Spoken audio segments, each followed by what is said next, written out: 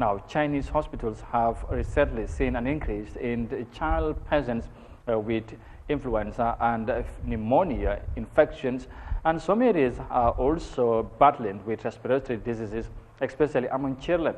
Now, while some parents are worried about the situation, health experts have, however, said there is no new virus in the country's influenza wave.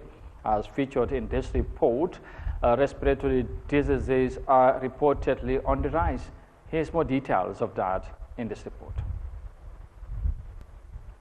One of these two children's hospitals in Beijing is much busier than normal. Watching parents rushing in crowds with trolleys carrying children of all ages is heart-wrenching.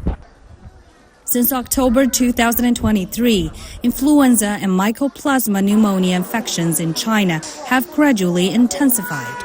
Some regions have seen an increase in the number of patients in hospital emergency departments, particularly with respiratory infections among children. The pediatric outpatient volume in Beijing has been operating at a high level for over a month. My child's test results show positive in both mycoplasma pneumonia and influenza A. I think her illness is much serious than previous years. I came with her dad. He's now laying up in hospital. He told us there were still 200 patients before us. According to the Joint Prevention and Control Mechanism of State Council, it is expected that influenza will reach a nationwide peak during the winter and spring seasons, and mycoplasma pneumonia infections will continue to be high in some areas in the near future. Experts explain that children are susceptible to mycoplasma for a period of roughly 3 to 5 years. For adults, it's twice as long.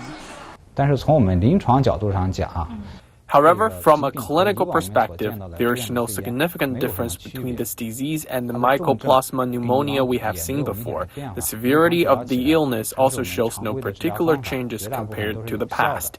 Treatment follows conventional methods, and the vast majority are effective.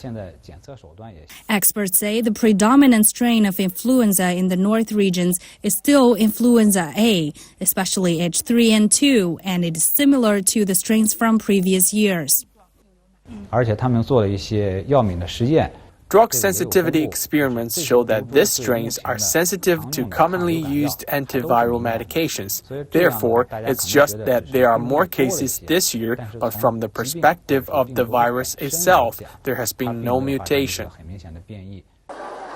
Monitoring shows respiratory infections diseases, primarily influenza, has been on the rise.